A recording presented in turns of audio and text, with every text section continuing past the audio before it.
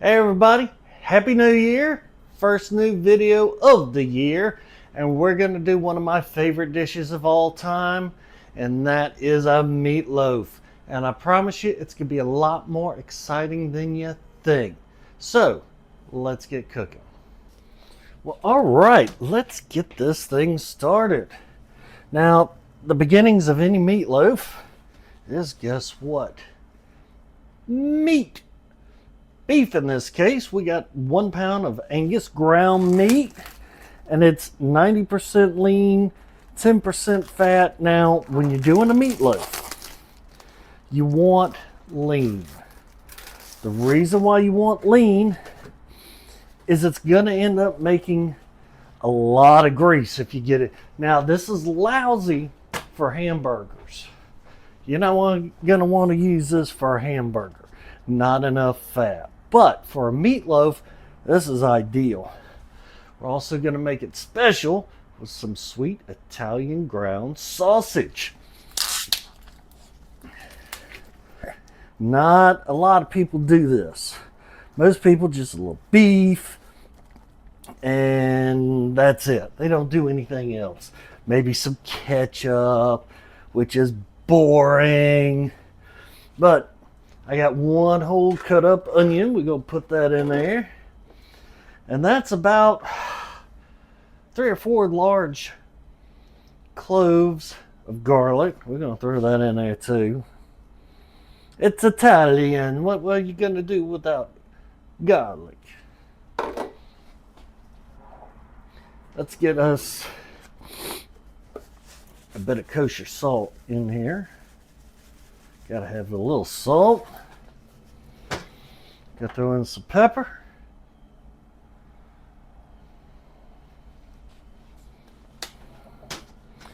We're gonna do some thyme. I love thyme. I told you this before and I'll tell you again. It just smells amazing. And there's not much left. Yeah, you can't overdo it. Thyme. We're going to go with some fresh parsley. Well, that's not fresh. That's very dried out. But got 2 eggs here. We're going to use this as help as a binding agent.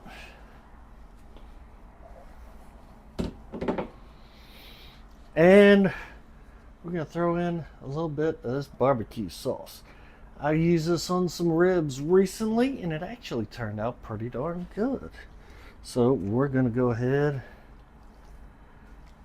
and just put that in there. Now this stuff, real liquidy. Use barbecue sauce you like. You know, I'm using it because I've got it and it's different. I've never used it before in this. So now we got to go ahead and mix all of this up.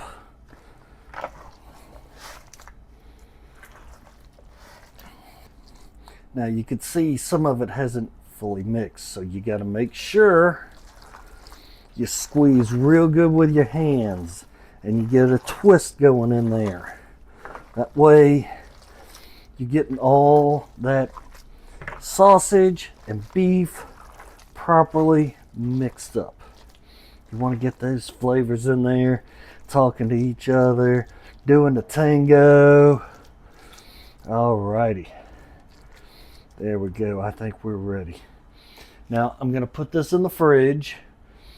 Let it kind of firm up a bit. It'll make the job easier for our next step. All right. Now the next step involves bacon. Yes, we're going to make it better with bacon. So let's just set that over there out of the way. We're going to wrap it in bacon. This is called a bacon weave. If you've never done this before, you will thank me for introducing this awesomeness to your life. Okay, you start out with 2 pieces just like that. Now, you can go either way. You can start lining up here or over here. I'm going to do it here. Left to right looks nice. And then we're going to put a piece right in there underneath. Grab the next piece, put it on top. Uh-oh, that's two, but that's all right. Fold it back, put another piece of bacon underneath, and you see where this is going. Just back and forth, nothing to it.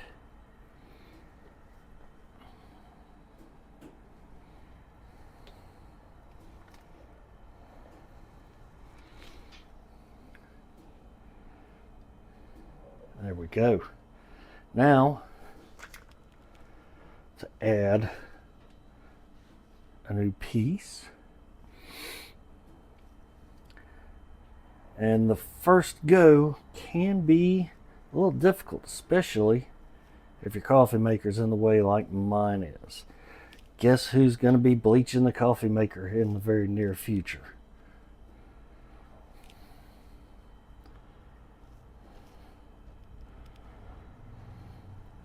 Now, we're going to go over there, under there,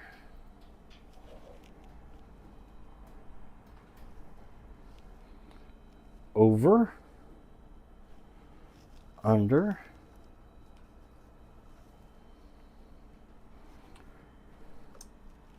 over, under, and over again. And that's all there is to it. Of course, you could be a little smarter. Do it a piece at a time, like that. Once you get it going, and once you get to the end, it gets easier.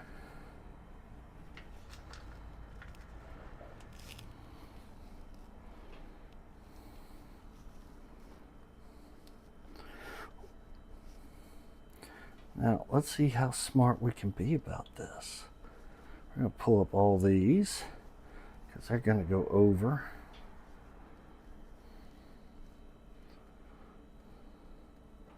Hey, I get smarter as I get older. Who knew?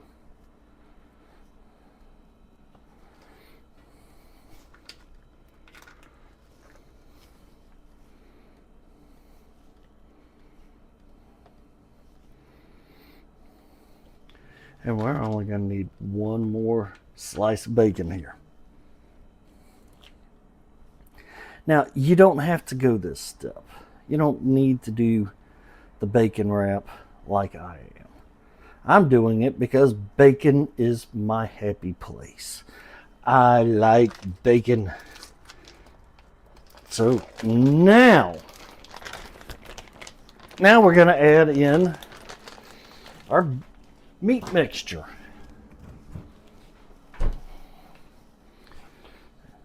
We're going to just put it right smack dab in the middle, right there. Get that out of the way. And then you want to spread it out across the bacon as evenly as you can, because this is going to be a treat in and of itself to do what we got to do next. Oh yeah. Okay, now give me a second to wash my hands and we'll be right back. All right, I'm back with clean hands because I got to put my hand into this bag. We got shredded Parmesan.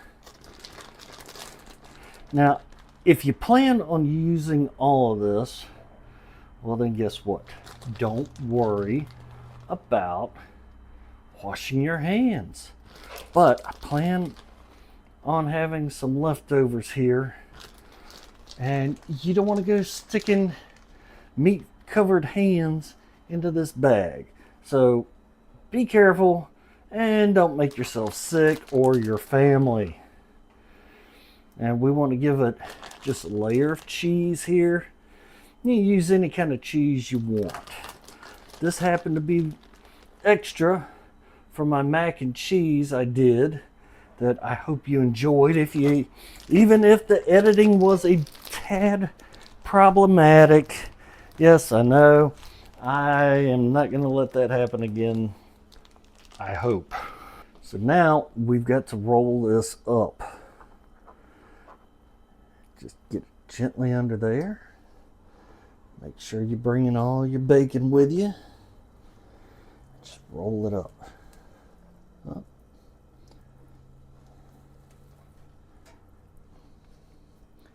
There we go. And now some will fall out, which cannot be avoided, unfortunately. But now we've got this beautiful, beautiful meatloaf, which is not going in a pan. It's going to go on a rack. After it's sat for a little bit, about maybe 15-20 minutes in our freezer. Why? Because we don't want it frozen. No. But we do want it cold. The colder this is, the more it's going to stick together and hold its form, even in the oven as it's heating up. Now, I've actually smoked these before, and it was awesome. But we're going to do it in the oven today, because most of you have an oven. Not everybody has a smoker. And I'll be back when we're ready. All right, so it's been sitting in the freezer for about 30 minutes, and it's allowed it to firm up for us. And now we could stick in our meat probe. Now, we're not going to use time, again, to determine when it's ready.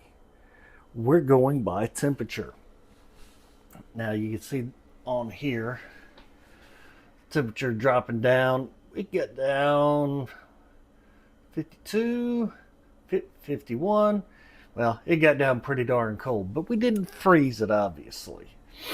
We want to get this to 165.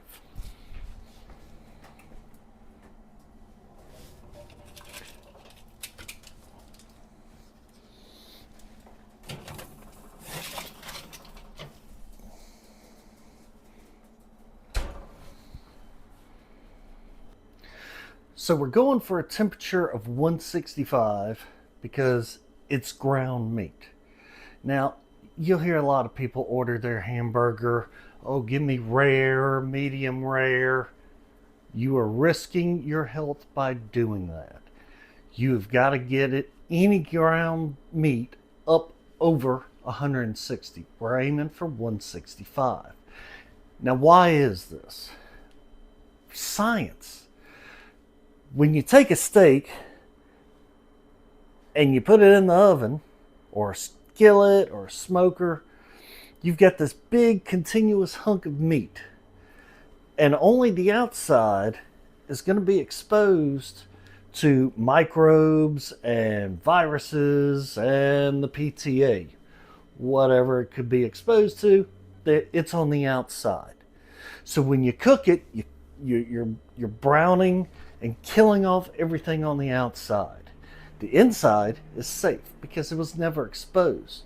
But with ground beef, ground pork, ground chicken, ground any kind of meat you can think of, you have exposed all the surfaces to the air and to microbes. So you gotta cook it all the way through, or you're risking your health. People, this is important. If you want to cook it rare, that's you. But I'm not gonna risk your health or mine because somebody wants their meat just a little on the raw side.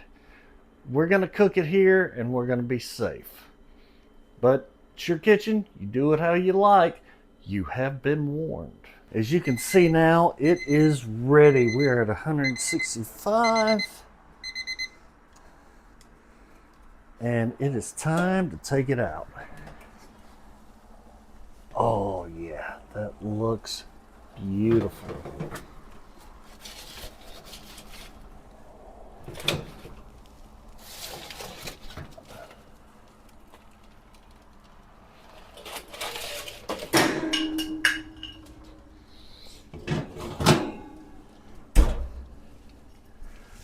gotta fix that. All right. Let's try and very carefully transfer this to the cutting board.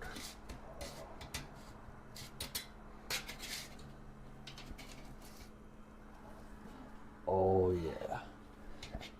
It looks like we lost just a little bit there, but that's okay. That is okay. All right. So let's dress it up just a little bit. You can eat it as it is, but serving it to your family or friends, just a little bit of cheese on here.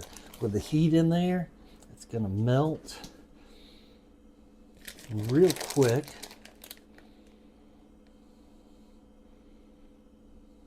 Oh, that's looking good.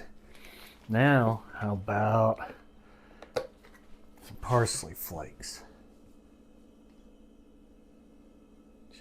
Just real light, real gentle. There we go.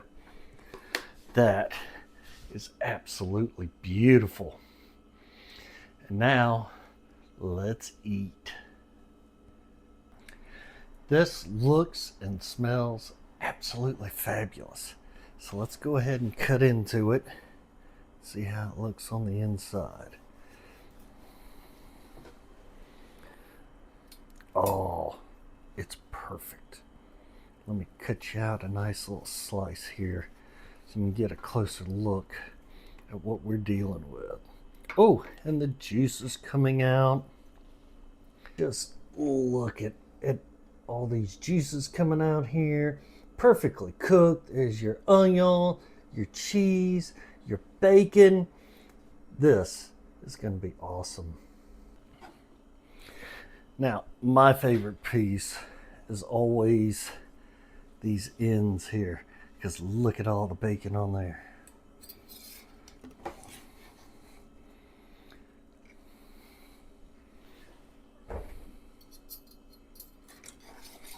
Up.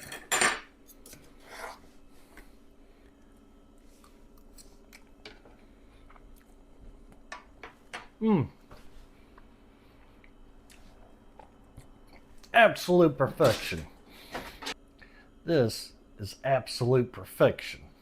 And if you're wondering about the gap in the editing just now, my Tomcat's been kind of going nuts. But it doesn't change the fact that this is amazing. Absolutely love it. You absolutely have to try this for your family. They will love you for forever and ever. You gotta go make it. And I will catch you next week. It seems McGee forgot to like, comment, and subscribe as well. You need to go do that now, or he will attack you and eat your meatloaf. Don't work with animals and children. Off screen, my cat is going nuts.